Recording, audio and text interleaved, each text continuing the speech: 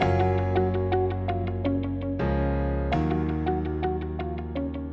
have a lot of really fun stuff to talk about today. Now, you know that last week we introduced, or this week we introduced the Big Predictions Report, 15 important imperatives for 2024. I encourage you to read the infographic. Get your hands on the report by joining the JBA or a corporate membership. There'll be a replay of the presentation available in a couple of weeks. We have the micro course you can take. But within those 15 things are three big topics that I want to talk about today, and they're all related like a triangle. The first is what we call irresistible leadership and the way leadership is changing. The second is what we call the dynamic organization, the way organizations are dynamically changing to become more agile and much more productive. And the third is systemic HR, which is how HR is changing to respond to what changes the organization needs to make. And I won't give you the business case for all this because I talked about it in the article I wrote last week, the PwC survey that says that 60% of CEOs now believe that the company they're running, as it exists today, will not exist in 10 years. Last year, it was 49%. So that's about a 15, 20, 25% growth rate in the number of companies that can see themselves going through massive transformation. So let's talk about these three topics. And the reason I'm so excited about this is we are having in one of the most exciting big reset programs ever. We've now had 14 6-week sprints of the big reset. This particular one, we have probably 300 of the world's biggest companies and many small companies and government agencies participating. I just finished listening to the sessions in all three topics, and they're just so inspiring. So let me talk about first dynamic organization. Now, most of you have probably seen the maturity model here, but essentially what we've talked about in that research is the way organizational structures, reward systems, and careers have to become more dynamic inside of a given company, going from what we call the static model to the collaborative model to the team model to the full dynamic model. And the reason that companies move up those four levels, and by the way, the return on investment of moving up those levels is the highest return on investment of any maturity model we've ever done. Of all the maturity models we've done, none of them have the leverage of this one, 31 times higher performing when you go to level 4. The reason, of course, is that there aren't many businesses left, except for maybe WD-40, who doesn't seem to need to change anything, that aren't being attacked or disrupted by a competitor, a technology change, or a change in the market. Consumer goods, financial services, energy, retail, healthcare, etc. So I won't go through all the industry issues. So the question is, how do you move to a dynamic model when really the company is rewarded for execution as is? The financial markets, the stock market rewards you for hitting the numbers today. And if you're messing up the numbers today to get ready for tomorrow, you get penalized in the market. Well, as the dynamic organization research shows you, you have to start architecting the company as a change company. In other words, you have to be architected for continuous change. Now, in most of the business writing and consulting firms in the past, we looked at change as an episodic thing. Oh, we have to transform ourselves from point A to point B.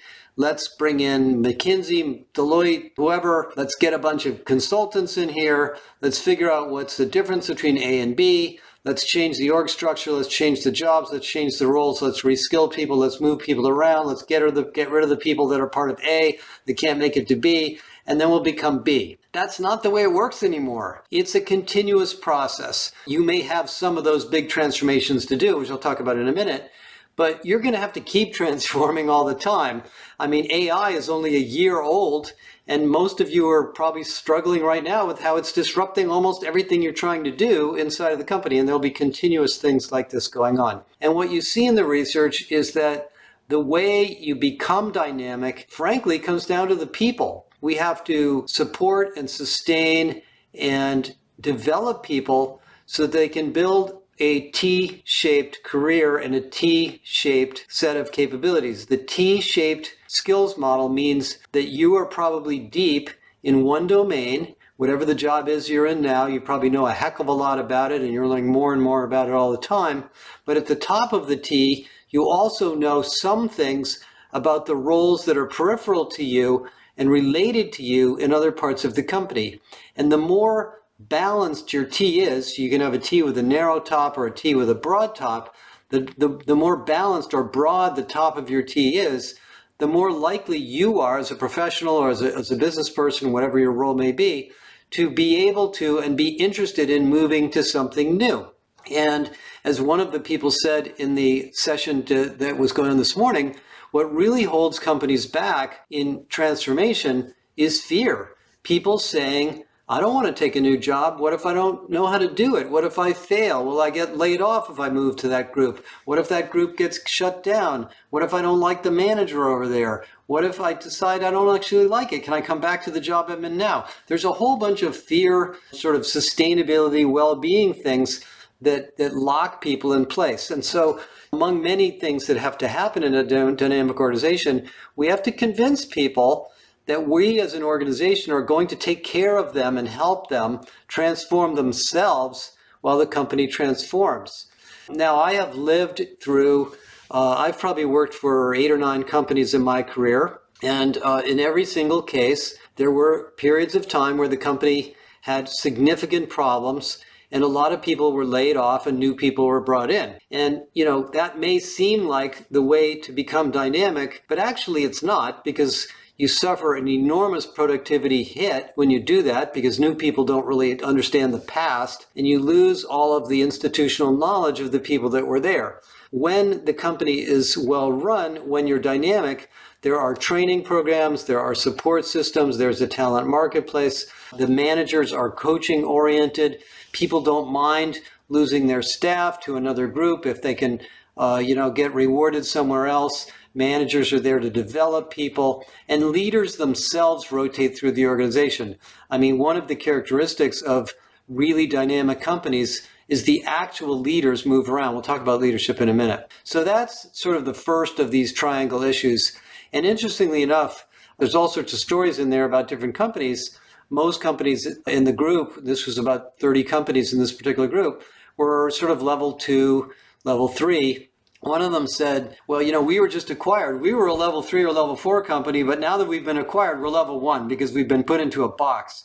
And so there are cycles and periods of time when a company becomes static again. For example, when the business is really bad and things are really, not going well and you're losing money, there is a tendency to batten down the hatches and say, okay, we're going to get rid of all of the noise here, and then we're going to just focus on making money again. In some sense, that's a dangerous move because you lose the dynamism you need to transform into the future. So lots and lots of things to think about here, and we're going to talk about that some more. But I really want to talk about the relationship between the other two topics. The second topic we talked about is irresistible leadership. And, I was taking notes on all the conversations there. So again, we had about 30 companies, very senior HR people talking about leadership. And it was very interesting to me that the one thing that was common in everybody's opinion about leadership is that great leaders inspire and enable and create change. They give you a vision, an energy, and a sense of confidence that we can get there from here, and there is a place we're trying to go. This is something I do all of the time for our company, and I think I probably do it for a lot of you. It is a really important role of leaders.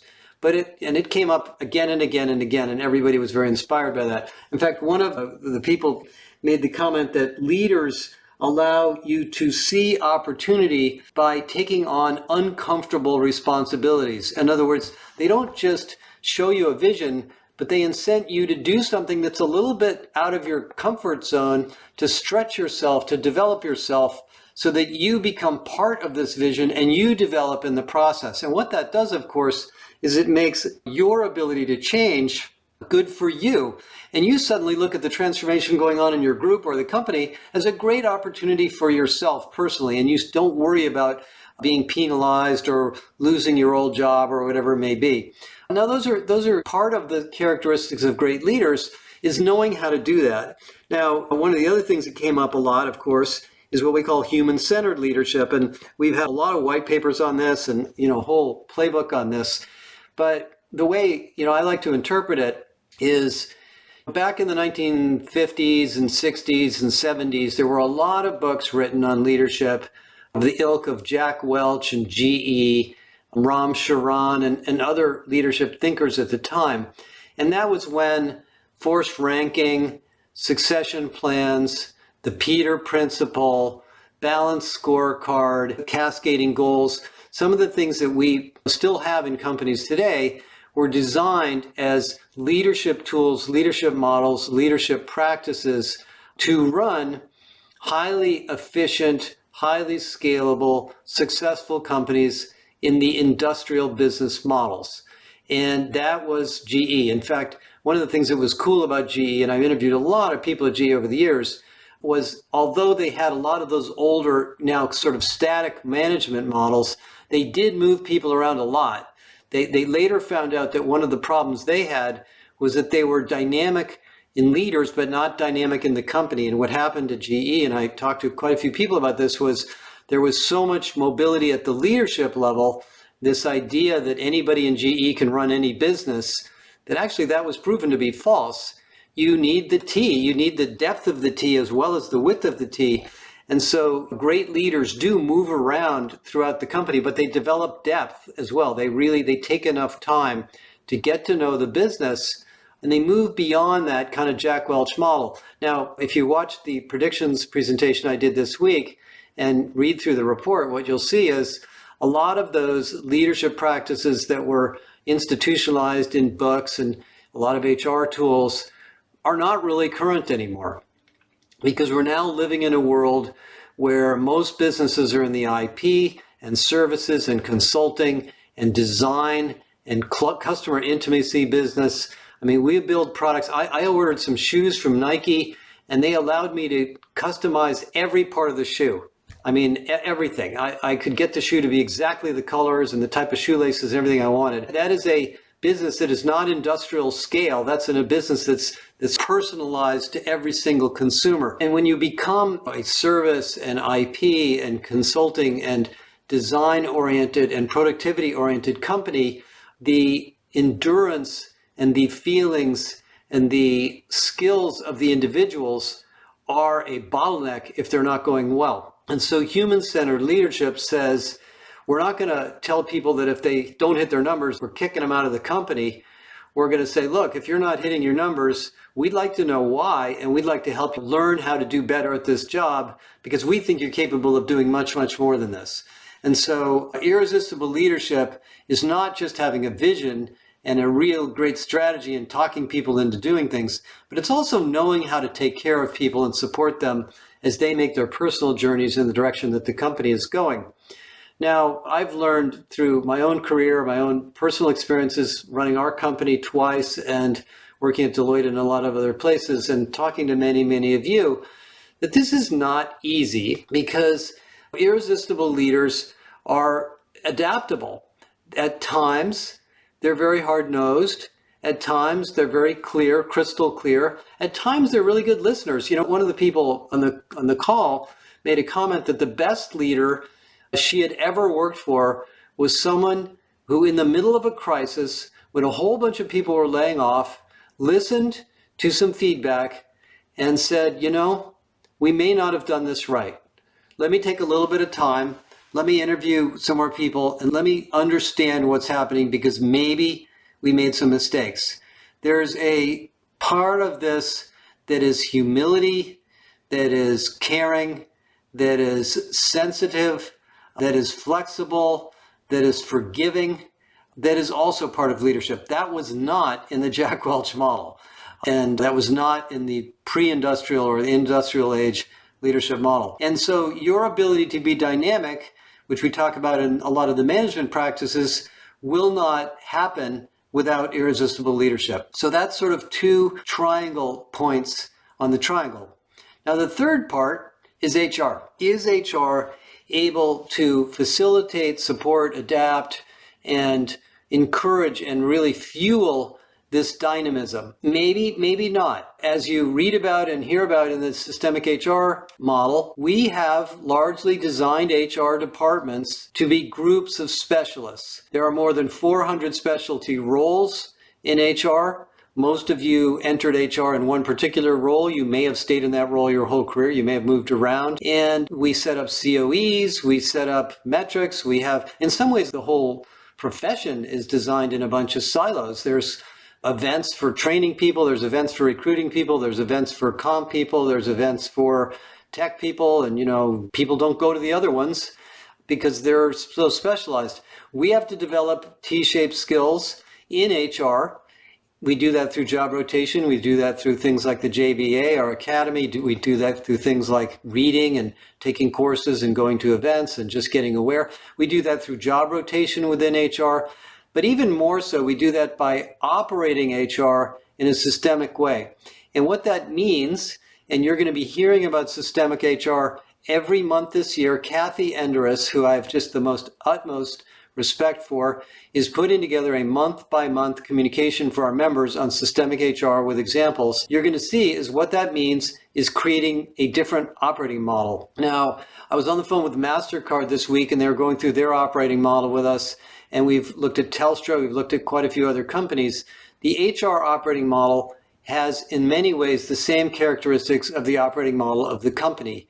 And one way to think about this more adaptive, agile, systemic operating model in HR is, of course, HR people working together on cross-functional projects, pulling people out of the COEs, combining the COEs where necessary, and focusing on the problems, not the solutions. Falling in love with the problems the company is facing, and then organizing the HR team around the problems, not around our products, our offerings, our solutions.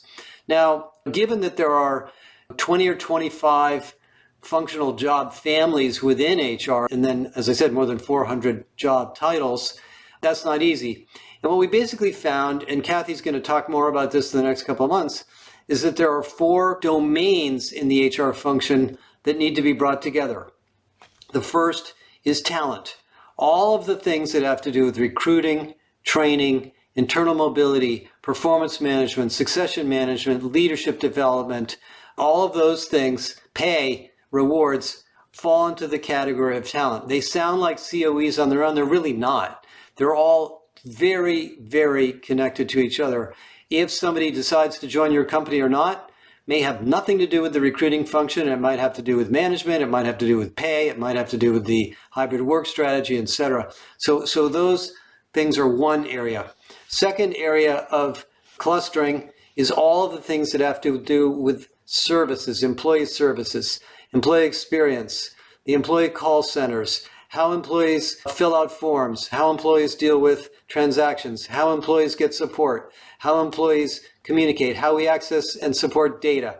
That is the second set of operating services. We need call centers, we need EX platforms, we need communication tools, we need interfaces, we need business partners who can support that stuff. That's the second cluster of things. The third cluster of things in HR is the tech. And the funny thing about the conversations we've been having this particular week is, this happened at Deloitte too, is we have somehow come to the conclusion, I don't know who came up with this, that when you implement a new ERP system, that transforms HR. Well, it doesn't. It's absolutely not true. What it really does is create chaos, and it gives you the opportunity to clean up a lot of things, but it doesn't change the operating model. So we need to clean up the tech stack. We need to reduce the number of systems. We make them easier to use. We need to have integrated data. We need to implement AI. We need to build talent intelligence layers on top of things. We need to do the skills projects, etc. That is the third category of activity and cluster of skills and capabilities in HR. The fourth is what we call strategy and consulting. If you don't have a strategy group, if you don't have an analytics group, the workforce planning group, a talent intelligence group that's looking at the problems going on inside the company, looking at the data, analyzing the various metrics that we have about people, then all those other groups are struggling to do all that work themselves, and they're doing it for operating reasons. Most of the COEs become really virtual in this model within the talent function. And then you need this strategy group that's pulling that data together, talking to senior executives, and supporting the business on a strategic level. By the way, I think the HR business partners are part of this fourth group. They're actually part of the strategy group. I think people analytics is part of this fourth group.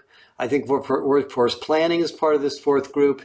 And some of the other strategic functions of HR go in here. DEI probably goes in with the talent group. So relative to the three big triangles, being dynamic, leading in an irresistible way, and creating systemic HR, that's a 20-minute summary of all the things we talked about in the big reset today. Now, taking it back to the predictions, and I want to spend just a little more time on predictions, and then I'll let you guys decide over the next couple of weeks where we go next, is the real theme of the predictions report, it's 40 pages, is productivity. And the reason I believe productivity is such a big topic in 2024 is we are going into a tightened labor market. I mean, it's been a tough labor market for the last couple of years anyway, but it's going to get worse.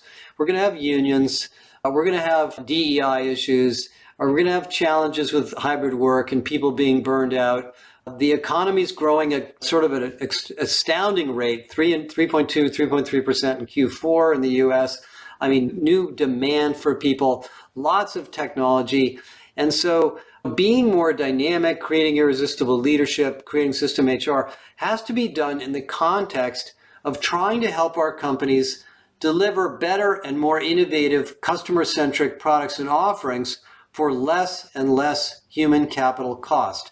I know that sounds a little bit backwards for somebody in HR, but it's actually a liberating idea, because if you say to yourself as a company, we're going to double our revenue or increase our revenue and not hire a single new person. Let's assume you say that. Well, think about all the innovations and development programs and mobility programs and agility you're going to be forced to do to make that goal. That is the 2024 agenda. The 2024 agenda isn't just reorganizing and being more dynamic and creating better leaders and all that. It's becoming more productive. It's using the technologies and the tools and the practices we have to grow the business without hiring and hiring and hiring, because it's taking longer and longer and longer and more difficult to hire and to obviously keep people. Okay, so that's kind of the 20 minutes for today. I hope you guys like these podcasts. They're probably a little bit less fancy than some of the other ones. A couple other things coming up. Galileo is now rolling out to our customers over the next couple of weeks, to the corporate members.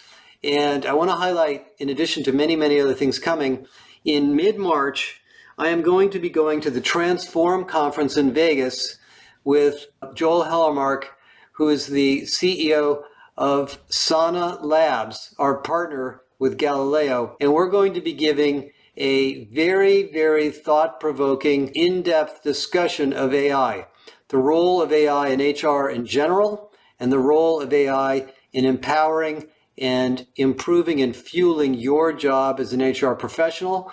We're going to do a very interesting demo of Galileo so you can see what's possible. And my goal here is not just to sell our own stuff, it's really to inspire you and to educate you on what is possible. We are going to have autonomous learning platforms. I'm going to be writing about that soon. We're going to have amazing advances in talent intelligence, much more sophisticated, high-volume recruiting solutions, lots and lots of exciting things in employee experience and intelligent communications, employee activation, a lot of exciting things. And if you come to that particular conference, and of course we'll talk about this at all the rest of the conferences here, you'll hear all about it. Sign up for Irresistible May 20th through 22nd. I would anticipate we will probably sell out by the end of February, early March. We want to see you there. We have lots of exciting things going on. And welcome to 2024, the year of increasing focus on being dynamic, creating irresistible leadership, and advancing our HR profession and our HR teams to become more systemic and more problem-oriented and more effective, and also, of course, to have more fun. Have a great week, everybody, and I'll talk to you again in a week. Bye for now.